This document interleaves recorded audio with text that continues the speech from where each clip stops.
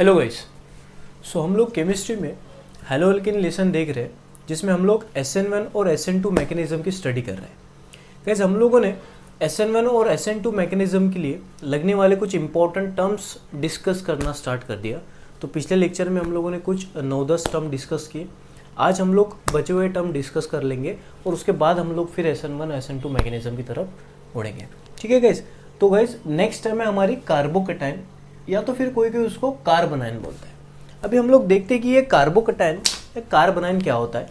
आपको कुछ पॉइंट पता होंगे कार्बोकैटायन क्या होगा, बट सारी बातें हमें पता होनी चाहिए कार्बोकैटायन के रिलेटेड। ठीक है गाइस, क्योंकि प्रिपरेशन ऑफ अल्किल हैलाइड में हमें बहुत बार SN1 और SN2 मैकेनिज्म के लिए सवाल आते हैं, तो हम लोगों को ये छोटी छोटी बातें पता होनी चाहिए ताकि सारे सवाल हमसे हो सके।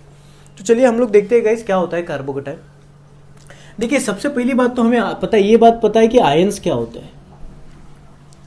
ओके, कभी भी, और एटम्स क्या होता है। एटम्स और आयन में हमें फर्क पता है।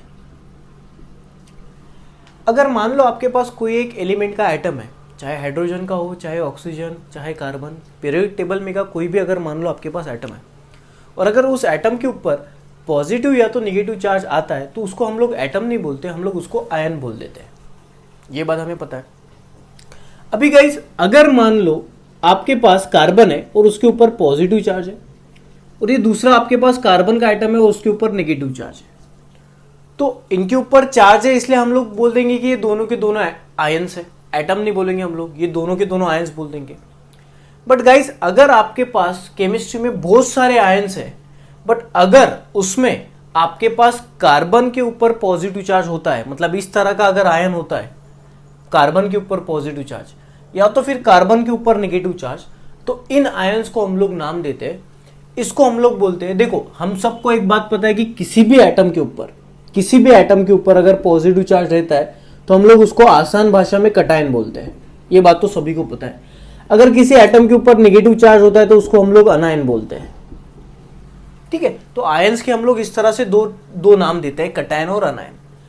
अगर गाइस आपका कैटायन जो है वो कार्बन है, मतलब अगर कार्बन के ऊपर पॉजिटिव चार्ज है तो इसी कैटायन को हम लोग नाम देते हैं कार्बोकैटायन, या तो कोई कोई कार्बोनियम आयन बोलता है। तो ये होता है गाइस कार्बोकैटायन या तो कार्बोनियम आयन। मतलब बड़ा आसान है कि आयंस के दो प्रकार होते हैं, कैटायन और अनायन।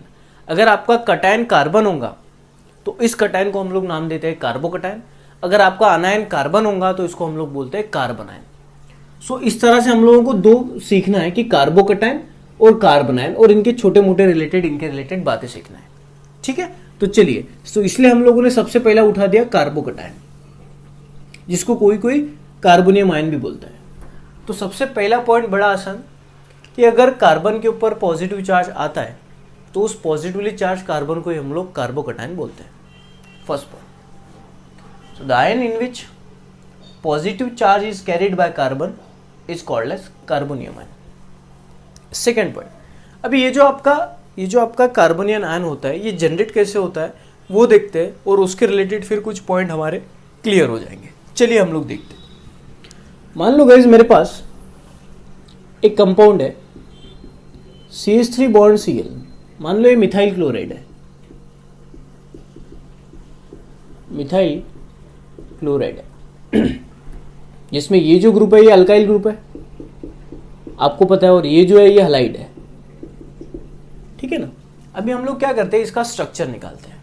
चलिए अभी हम लोग स्ट्रक्चर निकालेंगे तो हमको पता है सेंटर में कार्बन है और ये हाइड्रोजन है। ठीक है ना, और मान लेते हैं यहां पे आपका क्लोरीन है। अभी हम सबको पता है कि कार्बन के आउटर मोस्ट शेल में 4 इलेक्ट्रॉन होते हैं, तो मैं वो 4 इलेक्ट्रॉन निकाल देता हूं। 1 2 3 4। अभी फिलहाल कार्बन तो अनस्टेबल है, उसको और 4 इलेक्ट्रॉन की जरूरत है ताकि ऑक्टेट कंप्लीट हो सके। हाइड्रोजन के पास गाइस 1 इलेक्ट्रॉन है, 1 इलेक्ट्रॉन। और ये जो क्लोरीन है ना, इसके आउटर मोस्ट शेल में गाइस टोटल 7 इलेक्ट्रॉन है।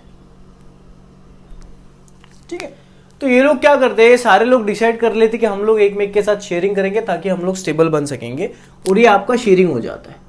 देखो ये वाला शेयरिंग हो जाता है, और आपका कंपाउंड हो जाता है H bond C bond H bond H bond cell, इस तरह से आपका कंपाउंड बन जाता है। ठीक है, अभी ये स्टेबल कंपाउंड है। अभी गाइस अगर आप देखोगे, मान लो इस बॉन्ड को हमें तोड़ना है, इस बॉन्ड को, तो आपको दिखाई दे रहा है इस बॉन्ड में 2 इलेक्ट्रॉन है, एक कार्बन एक क्लोरीन का। जब भी कोवैलेंट बॉन्ड बनता है तो उसमें 2 इलेक्ट्रॉन होते हैं, एक कोवैलेंट बॉन्ड में 2 इलेक्ट्रॉन होते हैं दोनों एटम के। तो कोवैलेंट बॉन्ड बनने के बाद गाइस अभी कंसेप्ट आता है इलेक्ट्रोनेगेटिविटी का, कि इस 2 इलेक्ट्रॉन को दोनों लोग अपने तरफ खींचना चाहते हैं, बट जिसकी पावर ज्यादा होती है वो उसको अच्छी तरह से खींच पाता है, और उस पावर को हम लोग इलेक्ट्रोनेगेटिविटी बोलते हैं। तो हुआ ये गाइस कि हम सबको पता है, नहीं पता होगा तो सुन लो, कि क्लोरीन का इलेक्ट्रोनेगेटिविटी ज्यादा होता है एज कंपेयर टू कार्बन। तो उसके वजह से ये दोनों इलेक्ट्रॉन किसके तरफ शिफ्ट हो जाएंगे, क्लोरीन के पास। और अगर बाय चांस इस बॉन्ड की टूटने की सिचुएशन आ गई, मान लो अगर बॉन्ड टूटने वाला है, तो ये बॉन्ड तो टूट जाएगा बट दोनों के दोनों इलेक्ट्रॉन क्लोरीन अपने पास ही रखेगा और क्लोरीन के ऊपर आ जाएगा नेगेटिव चार्ज। फिलहाल हमें इसकी जरूरत नहीं, बट कार्बन का तो इलेक्ट्रॉन चला गया, तो कार्बन के ऊपर किस तरह से दिख रहा है, पॉजिटिव चार्ज। मैं कहना ये चाहता हूं कि ये दोनों इलेक्ट्रॉन कौन लेके जा रहा है, क्लोरीन, और कार्बन इस तरह से दिख रहा है जिसके ऊपर आ रहा है पॉजिटिव चार्ज। हम लोगों ने अभी अभी देखा कि अगर कार्बन के ऊपर पॉजिटिव चार्ज आता है तो वो कार्बोकैटायन कहलाता है। अब ये हो गया ना कार्बोकैटायन। अभी मुझे बताओ, किसी भी कंपाउंड में अगर कार्बोकैटायन होगा, मतलब कार्बन के ऊपर पॉजिटिव चार्ज होगा, तो उस कार्बन के ऊपर उस कार्बोकैटायन के आउटर मोस्ट शेल में बच्चों 6 इलेक्ट्रॉन ही होते हैं। अगर आप काउंट करोगे तो देख लो, ये कार्बोकैटायन है, 1 2 3 4 5 6। सो कार्बोकैटायन के आउटर मोस्ट शेल में कितने इलेक्ट्रॉन होते हैं गाइस, 6 इलेक्ट्रॉन। तो ये बात आप लोग नोट करके रखना कि इन carbonium ion positively charged carbon has 6 electron in its outermost shell। Clear, चलिए आगे बढ़ते। अभी नेक्स्ट आती है बात गाइस उसका हाइब्रिडाइज स्टेट, उसका ज्योमेट्री और बॉन्ड एंगल। ये तीनों बातें हमें पता चाहिए कार्बोकैटायन के रिलेटेड। अभी हम लोग देखते हैं कि हाइब्रिडाइज स्टेट क्या होगा। अगर आपको याद होगा तो हम लोगों ने ये जो हाइब्रिडाइजेशन करके कंसेप्ट था, किस तरह से हाइब्रिडाइज स्टेट पता करना, तो इसके लिए हम लोगों ने एक कंसेप्ट सीखा था, स्टेरिक नंबर। जिस किसी का भी आपको हाइब्रिडाइज स्टेट जानना है उसका आप लोग स्टेरिक नंबर पहले निकाल लो। अभी सर स्टेरिक नंबर भूल गए हम लोग, तो स्टेरिक नंबर क्या होता था, मान लो इस वाले कार्बन के ऊपर जो पॉजिटिव चार्ज है, मतलब ये जो कार्बोकैटायन है, इसका हमें स्टेरिक नंबर निकालना है। तो हम लोग सबसे पहले जानते हैं कि ये जो कार्बन है ये कितने लोगों के साथ जुड़ा हुआ है। तो मुझे बताओ, 1 2 3। तो स्टेरिक नंबर के लिए हम लोग सबसे पहले देखते हैं कि वो एटम कितने लोगों के साथ जुड़ा है, 3, प्लस उसके ऊपर कोई लोन पेयर है क्या, सर लोन पेयर तो एक भी नहीं। पॉजिटिव चार्ज मतलब लोन पेयर नहीं होता, नेगेटिव चार्ज मतलब लोन पेयर होता है, आपको पता है, हम लोग देखेंगे, डोंट वरी। तो इस तरह से इसका स्टेरिक नंबर क्या हो गया गाइस, 3। तो अगर गाइस स्टेरिक नंबर 3 होता है तो उसका हाइब्रिडाइज स्टेट क्या होता है, sp2। उसका हाइब्रिडाइज स्टेट क्या होता है, sp2। तो इसीलिए हम लोग बोल देंगे एक पॉइंट कि जो कार्बोकैटायन होता है, कार्बोकैटायन मतलब कार्बन के ऊपर पॉजिटिव चार्ज, उसका बेसिकली हाइब्रिडाइज स्टेट जो होता है वो होता है sp2। अभी एक बार अगर आपको हाइब्रिडाइज स्टेट पता चल गई तो आप लोग ज्योमेट्री पता कर सकते हो। तो मुझे बताओ, अगर हाइब्रिडाइज स्टेट sp2 है तो इसका ज्योमेट्री क्या हो जाएगा गाइस, हम लोगों ने देखा था ट्राइगोनल प्लेनर। इनके पीछे के हम लोगों ने रीजन भी देखे थे गाइस कि sp2 हाइब्रिडाइज स्टेट होगा तो ट्राइगोनल प्लेनर ही ज्योमेट्री क्यों होंगी, मतलब जो कार्बोकैटायन होगा ना गाइस वो इस तरह से दिखेगा आपको। इसके पीछे के रीजन मैंने आपको बता दिए थे। तो सेंटर को कार्बन होगा, सेंटर को ये कार्बन होगा, यहाँ पे हाइड्रोजन, यहाँ पे हाइड्रोजन और यहाँ पे हाइड्रोजन। तो ये होगी उसकी ज्योमेट्री, मतलब वो जो कार्बोकैटायन वाला कंपाउंड है वो दिखेगा किस तरह से, इस तरह से दिखेगा। तो पहला प्रॉपर्टी हो गया हाइब्रिडाइज स्टेट, दूसरा प्रॉपर्टी होगा ज्योमेट्री, तीसरा प्रॉपर्टी है गाइस बॉन्ड एंगल। तो देखो ये सेंटर में कार्बन है, ये हाइड्रोजन, ये हाइड्रोजन, ये हाइड्रोजन, मतलब ये बॉन्ड है। तो बॉन्ड और बॉन्ड के बीच में जो एंगल होता है उसी को बॉन्ड एंगल बोलते हैं। तो मुझे बताओ टोटल एंगल होता है 360। अब ये तीनों इक्वल पार्ट दिख रहे हैं, तो 360 को अगर 3 हिस्सों में हम लोग तोड़ेंगे तो ये एंगल कितना बन जाएगा, 120 डिग्री। ये भी 120 डिग्री और ये भी 120 डिग्री। सो कार्बोकैटायन में जो बॉन्ड एंगल होता है बच्चों वो 120 डिग्री होता है। तो ये 3 बातें आप लोगों ने जरूर याद रखना। एक तो उसका हाइब्रिडाइज स्टेट, दूसरा उसका ज्योमेट्री और तीसरा उसका बॉन्ड एंगल। ठीक है, तो सबसे पहला गाइस हैबिडेस्टेट वाला हम लोगों ने बोल दिया पॉइंट, उसके बाद में ट्राइगोनल प्लेनर ज्योमेट्री, उसके बाद में बॉन्ड एंगल होता है 120 डिग्री। यहाँ तक क्लियर? चलिए नेक्स्ट पॉइंट हम लोग डिस्कस करेंगे गाइस कि देखो हम लोगों ने बेसिक में एक और बात जानी थी, फिशन। गाइस फिशन का मतलब क्या होता है? ब्रेकिंग, किसी चीज़ को तोड़ना, किसी चीज़ को ब्रेक करना, इसको हम लोग केमिस्ट्री में फिशन वर्ड से रिप्रेजेंट करते हैं। अभी केमिस्ट्री में हमारी तोड़ फोड़ तो बहुत हो रही है, बहुत बार हम लोग बॉन्ड तोड़ते हैं तो बहुत बार बॉन्ड जोड़ते भी है, ठीक है ना, तो तोड़ फोड़ तो हो ही रहा है ना। अभी हमको ये देखना है कि ये जो फिशन है इसके दो प्रकार हम लोगों ने देखे थे, होमोलिटिक फिशन और हेट्रोलिटिक फिशन। याद होगा आपके बेसिकली, नहीं तो मैं आपको बता देता हूँ। यहाँ पे हम लोगों ने जो फिशन देखा था ये दो तरह का था, एक होमोलिटिक फिशन था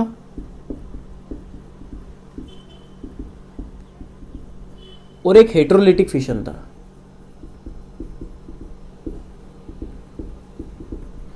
होमोलिटिक फिशन में हम लोगों ने क्या जाना था, मान लो ए बी से बॉन्डेड है, ए बी से बॉन्डेड है और ये जो बॉन्ड है ये कोवेलेंट बॉन्ड है। इसका मतलब इस बॉन्ड में दो इलेक्ट्रॉन दिखाई दे रहे होंगे।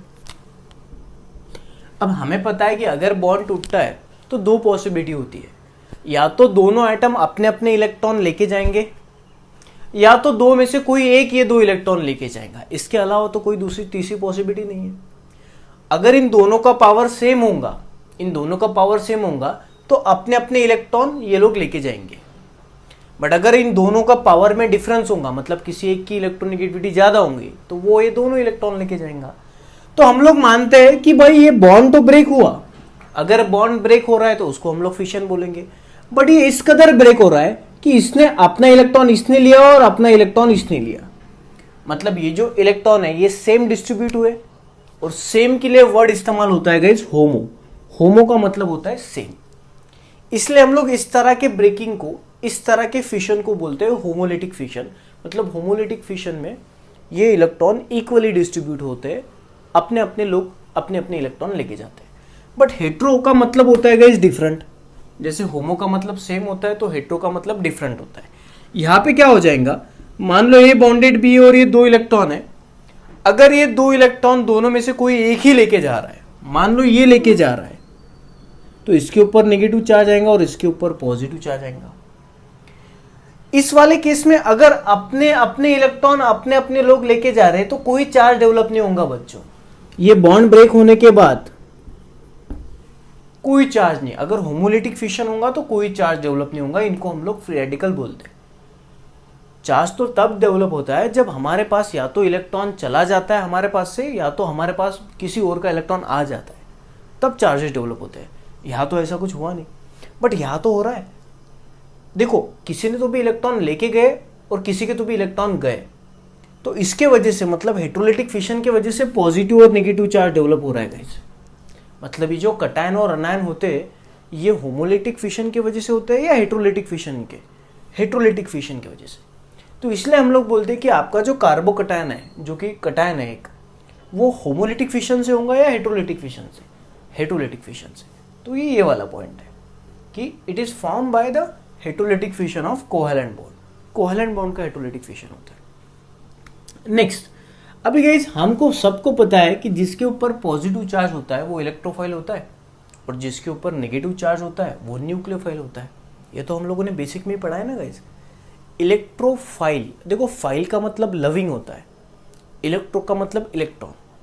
तो जिस किसी एटम के ऊपर पॉजिटिव चार्ज है वो जाहिर सी बात है इलेक्ट्रॉन को ही प्यार करेगा, क्योंकि उसको इलेक्ट्रॉन की कमतरता है ना, उसके पास इलेक्ट्रॉन चले गए उसमें से, इसलिए उसके ऊपर पॉजिटिव चार्ज आया। अभी वो इलेक्ट्रॉन की डिमांड कर रहा है, इलेक्ट्रॉन की जरूरत है उसको, इसलिए ये इलेक्ट्रॉन लविंग होता है। सो जिस किसी के भी ऊपर पॉजिटिव चार्ज होगा वो उसको हम लोग इलेक्ट्रोफाइल कहलाते हैं। अभी आपका कार्बोकटायन में कार्बन के ऊपर पॉजिटिव चार्ज है ना, तो क्यों ना ये इलेक्ट्रोफाइल का काम करेगा, बिल्कुल करेगा। ठीक है, तो इट एक्ट एज इलेक्ट्रोफाइल। अब ये ऑक्सीडाइजिंग एजेंट का ध्यान से हम लोग समझ लेते हैं, ऑक्सीडाइजिंग एजेंट का काम क्यों कर रहा है। चलिए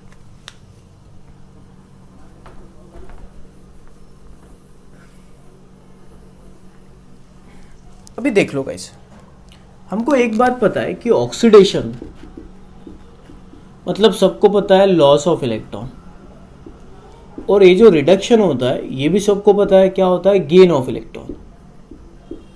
बड़ा सिंपल है। अभी मान लो मुझे ए का ऑक्सीडेशन करना है, मान लो मुझे ए का ऑक्सीडेशन रिएक्शन करना है।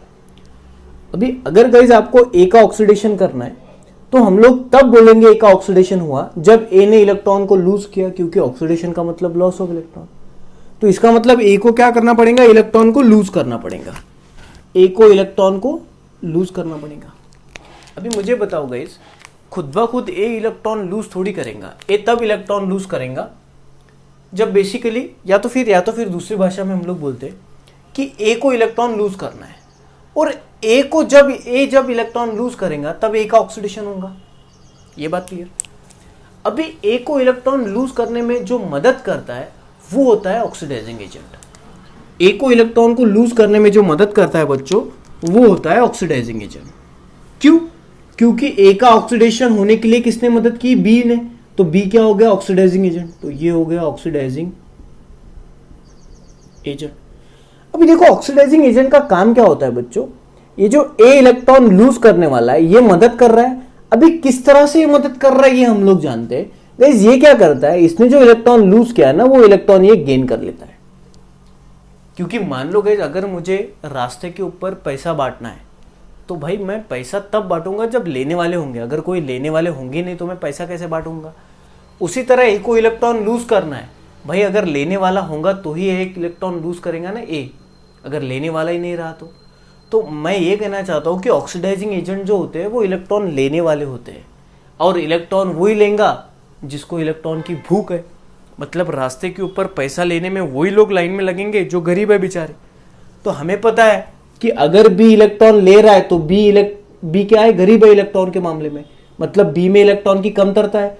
और जिन एटम के ऊपर इलेक्ट्रॉन की कमतरता होती है उनके ऊपर किस तरह का चार्ज होता है, पॉजिटिव चार्ज, या तो फिर इलेक्ट्रॉन डिफिशिएंट होते हैं, मतलब इलेक्ट्रोफाइल होते हैं। तो मुझे बताओ ये जो बी है ये इलेक्ट्रोफाइल का काम करेगा या न्यूक्लियोफाइल का, इलेक्ट्रोफाइल का। इसलिए हम लोग बोलते हैं कि जो भी इलेक्ट्रोफाइल होते हैं वो ऑक्सीडाइजिंग एजेंट का काम करते हैं। जो भी इलेक्ट्रोफाइल होते हैं वो ऑक्सीडाइजिंग एजेंट का काम करते हैं। अभी हमारा कार्बोकैटायन इलेक्ट्रोफाइल है, इसलिए कार्बोकैटायन हमारा ऑक्सीडाइजिंग एजेंट का काम करेगा। ठीक है गाइज, चलो ये भी बात हम लोगों ने समझ ली। नेक्स्ट है गाइज, अभी ये जो पॉइंट है डायमैग्नेटिक नेचर वाला, ये पॉइंट आपको अच्छी तरह से समझेगा जब आप लोग डी ब्लॉक पी ब्लॉक जैसे टॉपिक पढ़ोगे, जिसमें हम लोग कुछ एलिमेंट की प्रॉपर्टी डिस्कस करेंगे, जिसमें हम लोग मैग्नेटिक प्रॉपर्टी डिस्कस करेंगे। अभी ये मैग्नेटिक प्रॉपर्टी क्या होती है, आप कुछ बातें केमिस्ट्री में सीखोगे और कुछ बातें आप फिजिक्स में भी सीखोगे मैग्नेटाइजिंग लेसन में। तो अभी के लेवल पे आपको समझ में भी नहीं आएगा कि ये किस तरह से बताई आपने कि मैग्नेटिक प्रॉपर्टी है या नहीं। तो आप बस इतना याद रखो कि अगर किसी एटम के पास या किसी आयन के पास अनपेयर्ड इलेक्ट्रॉन होते हैं, अनपेयर्ड का मतलब पेयर नहीं, तो उसको हम लोग डायमैग्नेटिक नेचर का बोलते हैं। सो हम लोग बोलेंगे कि it is diamagnetic due to absence of unpaired electron. आपको बस याद रखना है ये वाला पॉइंट, आपको ठीक से समझेगा जब आप, मैंने बोल दिया ना, डी ब्लॉक ए ब्लॉक और फिजिक्स में मैग्नेटिज्म लेसन पढ़ोगे। चलिए नेक्स्ट पॉइंट की तरफ जाते हैं। अभी देखो अब भाई हमारा जो ये जो कार्बोकैटायन है गाइस, हमारा जो कार्बोकैटायन है,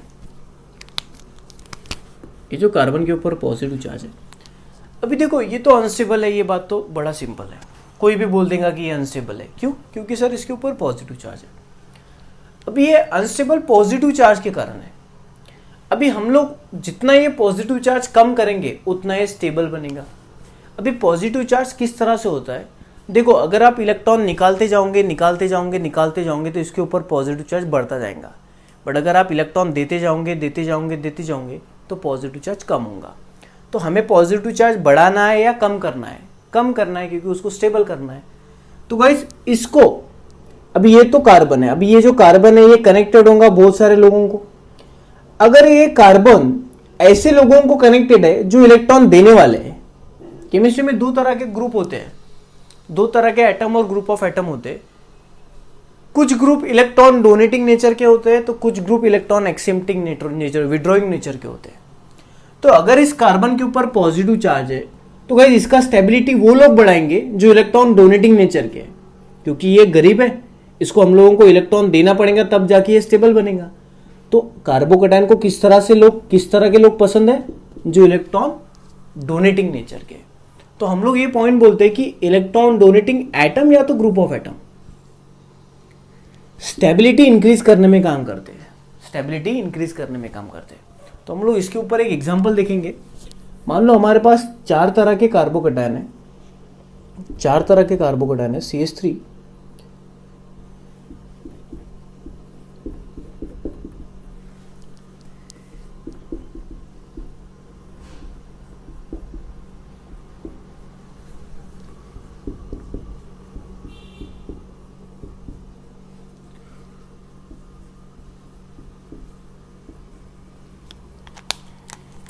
ये 4 तरह के कार्बोकैटायन है गाइस,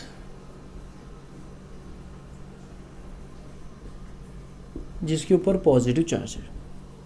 अभी हमको देखना है कि कौन सा सबसे स्टेबल है। अभी हम लोगों ने देखा कि जितने ज़्यादा ग्रुप होंगे इलेक्ट्रॉन डोनेट वाले, उतना स्टेबिलिटी अच्छा होगा। तो alkyl groups are electron donating nature, ये हमें पता है। जो अल्काइल ग्रुप होते हैं ना, मिथाइल, इथाइल, प्रोपाइल, ये इलेक्ट्रॉन डोनेटिंग नेचर के होते हैं। अभी मुझे बताओ, इस वाले कार्बन को 3 लोग इलेक्ट्रॉन दे रहे हैं 3 जगह से, ये वाली जगह से, ये वाली और ये वाली। तो ये कार्बन के ऊपर जो पॉजिटिव चार्ज है वो बहुत कम हो जाएगा। क्यों? क्योंकि ये कार्बन बोलता है यार मुझे 1 नहीं 2 नहीं 3 लोग सपोर्ट कर रहे हैं, इलेक्ट्रॉन दे रहे, तो मेरे ऊपर का पॉजिटिव चार्ज तो कम हो रहा है। ये वाले कार्बन को सिर्फ और सिर्फ 2 लोग ही सपोर्ट कर रहे गाइस। क्यों? क्योंकि ये और ये ही अल्काइल ग्रुप है, हाइड्रोजन थोड़ी ना अल्काइल ग्रुप है। तो ये दो लोग ही इलेक्ट्रॉन सपोर्ट करेंगे, डोनेट करेंगे। ये तो हाइड्रोजन तो इलेक्ट्रॉन डोनेटिंग नेचर का थोड़ी होता है, वो बेचारा तो गरीब है।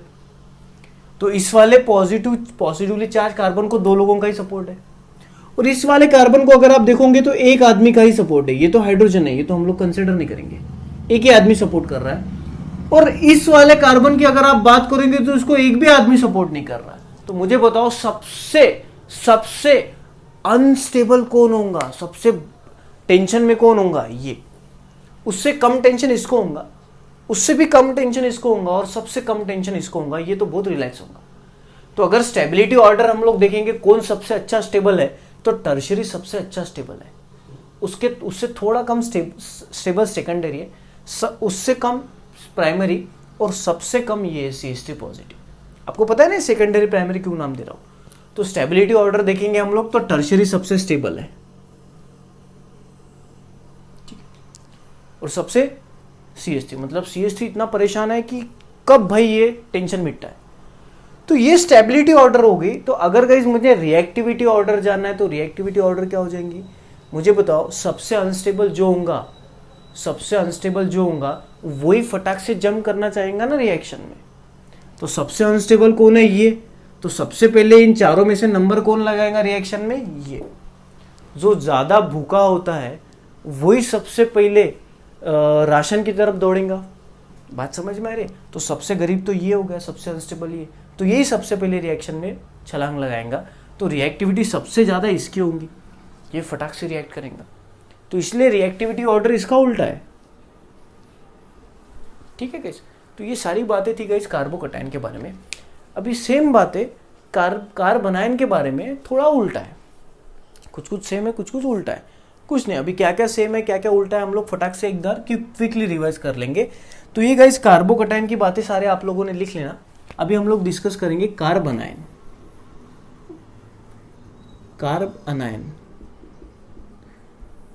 सबसे पहला पॉइंट तो बड़ा सिंपल है गाइस। अगर मान लो किसी कार्बन के ऊपर नेगेटिव चार्ज आता है तो उसको हम लोग कार्बनायन बोलेंगे। तो पॉइंट क्या हो जाएगा? The ion in which negatively charge is carried by carbon is called as carbanion, चलो ये बात क्लियर। दूसरी बात गाइस कि कार्बनायन में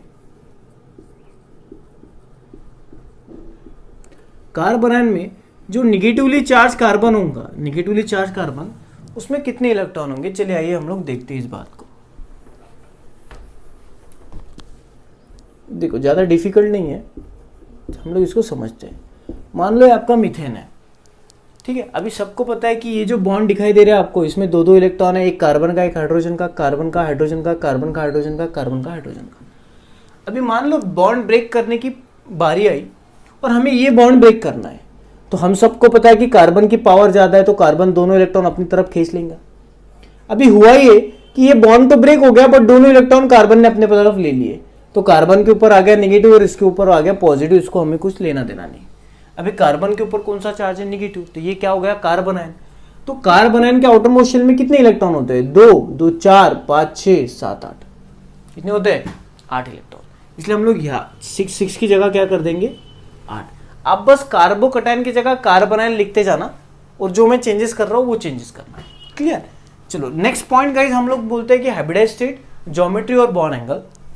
अब ये जो कार्बन आयन है, इसका हाइब्रिडाइज्ड स्टेट जानने के लिए देख लो, ये होता है ना कार्बन आयन।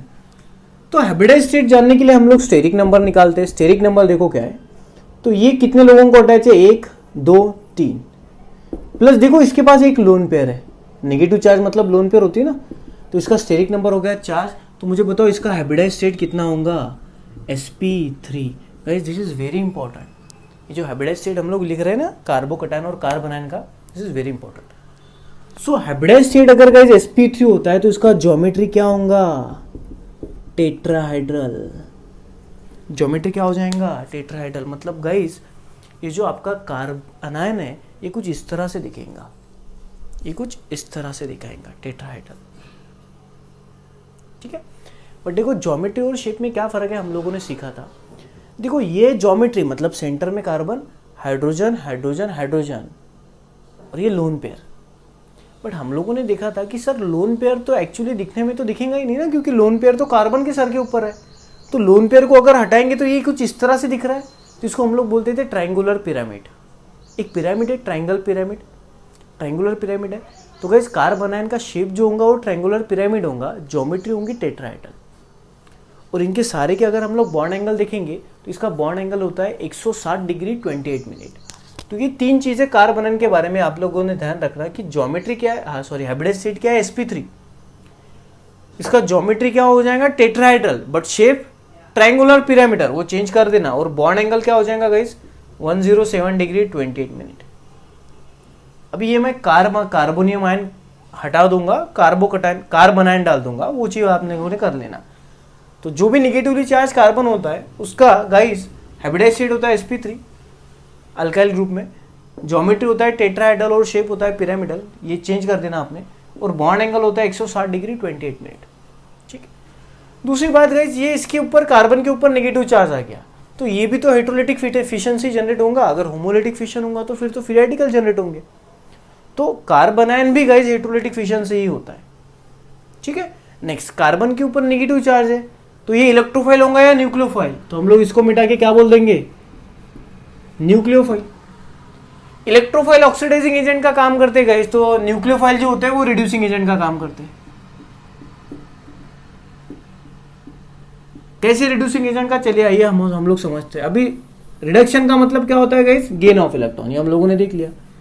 अभी मान लो आपको किसी एक कंपाउंड का रिडक्शन करना है, कोई एक ए नाम का कंपाउंड है, उसका रिडक्शन करना है। अब रिडक्शन का मतलब क्या होता है, गेन ऑफ इलेक्ट्रॉन, इसको इलेक्ट्रॉन गेन करना पड़ेगा। अबे ऐसा थोड़ी है इन्हें बोला कि भाई इलेक्ट्रॉन आ जाओ और इलेक्ट्रॉन आ गए, ऐसा थोड़ी ना होता है। तो ये जो इलेक्ट्रॉन इसको गेन करना है, तो जाहिर सी बात है इसको मदद कोई ना कोई कर रहा होगा बी। इलेक्ट्रॉन का गेन मतलब रिडक्शन, और ये रिडक्शन करने के लिए बी मदद कर रहा है, तो बी क्या हो गया, रिड्यूसिंग एजेंट। तो मुझे बताओ गाइस, ये जो इलेक्ट्रॉन है, ये इलेक्ट्रॉन आ कहां से रहे थे, इसके पास से आ रहे हैं, तो ये वो दे रहा है इलेक्ट्रॉन। मतलब रिड्यूसिंग एजेंट किस तरह के नेचर का होना चाहिए, इलेक्ट्रॉन डोनेटिंग। और जिसके ऊपर नेगेटिव चार्ज होता है वो तो इलेक्ट्रॉन डोनेटिंग नेचर का होता है ना। तो जो न्यूक्लियोफाइल होते हैं वो किसका काम करते हैं, रिड्यूसिंग एजेंट का, इसलिए हम लोगों ने रिड्यूसिंग एजेंट कर दिया। Act as nucleophile, act as reducing agent. ये पॉइंट बिल्कुल सेम है कि it is diamagnetic due to absence of unpaired. मैं लोन पेयर की बात नहीं कर रहा हूं, मैं अनपेयर्ड इलेक्ट्रॉन की बात कर रहा हूं। देखो लोन पेयर इलेक्ट्रॉन ये होते हैं, हाँ भाई किसी एटम के पास लोन पेयर इलेक्ट्रॉन कितने हैं, 1 लोन पेयर है, और ये होता है अनपेयर्ड इलेक्ट्रॉन। तो मैं लोन पेयर की बात नहीं कर रहा हूं, अनपेयर्ड की बात कर रहा हूं, ज़रा ध्यान से समझ लेना।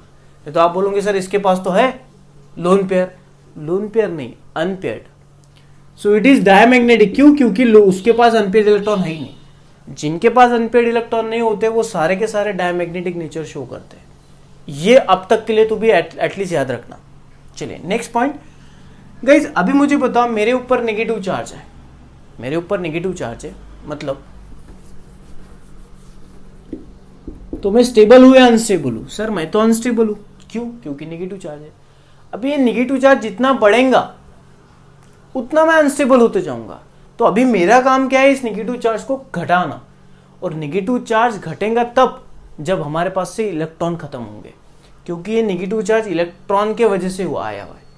तो गाइस किसी एटम के ऊपर अगर नेगेटिव चार्ज होता है तो उस नेगेटिव चार्ज को कम करने के लिए बेसिकली इलेक्ट्रॉन खींचने वाले ग्रुप अटैच होना चाहिए। देखो इसके पहले हम लोग इलेक्ट्रॉन डोनेट वाले बोल रहे थे, बट न्यूक्लियोफाइल के केस में इसकी स्टेबिलिटी अगर बढ़ाना है तो हम लोगों को इसमें से इलेक्ट्रॉन निकालने पड़ेंगे। तो वो ग्रुप जो इलेक्ट्रॉन विड्रॉइंग होते हैं वो इसका स्टेबिलिटी बढ़ाते हैं, क्योंकि इलेक्ट्रॉन निकालेंगे तो नेगेटिव चार्ज कम होगा। तो ये पॉइंट क्या आ जाएगा? इलेक्ट्रॉन विड्रॉइंग ग्रुप, एटम और group increases the stability of carbon ion. बात क्लियर? बात क्लियर? तो मुझे बताओ गाइस, अल्काइल ग्रुप तो इलेक्ट्रॉन डोनेटिंग नेचर के। जस्ट अ मिनट, हमारे अल्काइल ग्रुप तो इलेक्ट्रॉन डोनेटिंग नेचर के। तो टर्शियरी के केस में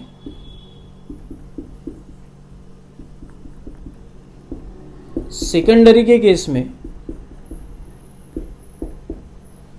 प्राइमरी के केस में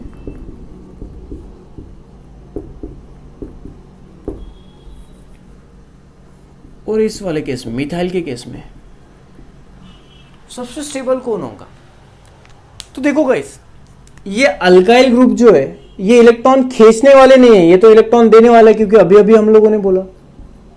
अब ये कार्बन के ऊपर जो नेगेटिव चार्ज है ये बड़ा परेशान हो गया कि यार ये तो तीनों के तीनों मेरा और नेगेटिव चार्ज बढ़ा रहे हैं, क्योंकि मुझे तो खींचने वाले चाहिए थे, ये तो डोनेट करने वाले। भाई पॉजिटिव चार्ज होता तो बात अच्छी रहती, बट यहाँ पे तो अभी नेगेटिव चार्ज है। अभी उसके बावजूद ये तीन लोग इलेक्ट्रॉन का सपोर्ट कर रहे हैं, तो ये सबसे अनस्टेबल है। इसमें दो ही लोग दे रहे हैं, इसमें एक ही लोग दे रहा है, और इसमें कोई बेसिकली इलेक्ट्रॉन दे ही नहीं रहा। तो चलो भाई खींचो मत, बट दो तो मत। अभी इन तीनों केस में इलेक्ट्रॉन देने वाले लोग हटाए जाए, यहाँ पे कोई नहीं देने वाला।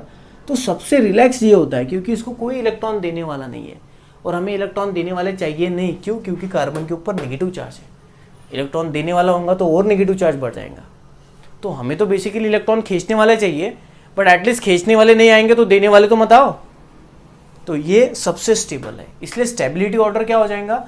ये सबसे स्टेबल स्टेबिलिटी ऑर्डर हो जाएगा CH3 नेगेटिव, उसके बाद में प्राइमरी स्टेबल है, उसके बाद में सेकेंडरी और उसके बाद में टर्शियरी।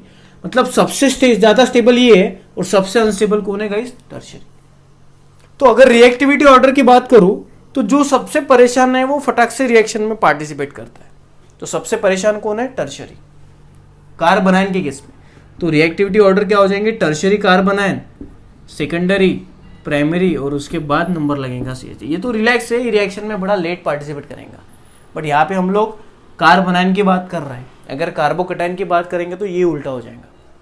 तो ये दो पॉइंट है गाइस, कार्बोकैटायन और कार्बन आयन। और लास्ट पॉइंट है जो कि है rate of reaction. Last important term है जो कि है guys rate of chemical reaction. I think हमारा वो 13 वाला पॉइंट था, रेट ऑफ रिएक्शन। देखो ज़्यादा डिस्कशन करना नहीं हमें रेट ऑफ रिएक्शन के ऊपर, क्योंकि उसके ऊपर सेपरेट हमें केमिकल काइनेटिक्स करके एक लेसन दिया गया है, उसमें हम लोग डिटेल में जानेंगे कि रेट ऑफ रिएक्शन क्या होता है। अभी फिलहाल हम लोग जस्ट एक डेफिनेशन याद रखते हैं रेट ऑफ रिएक्शन की क्या है, जो हमें SN1 और SN2 में मदद करेंगे थोड़ी बहुत। ठीक है, देखो बड़ा सिंपल है। कोई भी केमिकल रिएक्शन जब होता है गाइस, तो उस केमिकल रिएक्शन होने का एक पर्टिकुलर टाइम इंटरवल होता है, एक पर्टिकुलर स्पीड होती है, उसी स्पीड को हम लोग बोलते हैं रेट ऑफ रिएक्शन। कोई केमिकल रिएक्शन फटाफट प्रोडक्ट देते हैं, रिएक्शन फास्ट होती है, तो हम लोग बोलते हैं कि भाई रेट ऑफ रिएक्शन ज़्यादा है। कोई मतलब केमिकल रिएक्शन स्लो होती है, तो हम लोग स्लो होती है मतलब इतनी स्लो होती है कि कुछ केमिकल रिएक्शन होने के लिए सालों साल लग जाते हैं। जैसे आपका करोजन ऑफ मेटल, सालों साल लगता है करोजन होने के लिए। तो देखो कितना स्लो है इसका रिएक्शन का स्पीड। तो हम लोगों को बस दो तरह के रिएक्शन दिखाई देते हैं, स्लो या तो फिर फास्ट। तो आपको बस इतना समझना है कि रेट ऑफ रिएक्शन मतलब किसी भी केमिकल रिएक्शन का speed, that's it, that is called as rate of reaction. और ये सारे पैरामीटर गाइस हमारे आज खत्म हो गए। अभी हम कल वाले लेक्चर में हम लोगों को 4 लेक्चर में SN1 SN2 खत्म करना है। तो 2 लेक्चर हम लोगों ने इंपॉर्टेंट टर्म्स में इन्वेस्ट किए। अभी तीसरा लेक्चर हम लोग डायरेक्टली स्टार्ट कर देंगे कि SN1 और SN2 क्या होता है। और आपको अभी ये सारा बैकग्राउंड आपके पास होगा तो वो समझेगा भी अच्छी तरह से। Okay guys, so I hope कि आपको पूरे पॉइंट्स क्लियर हुए होंगे। Thank you so much.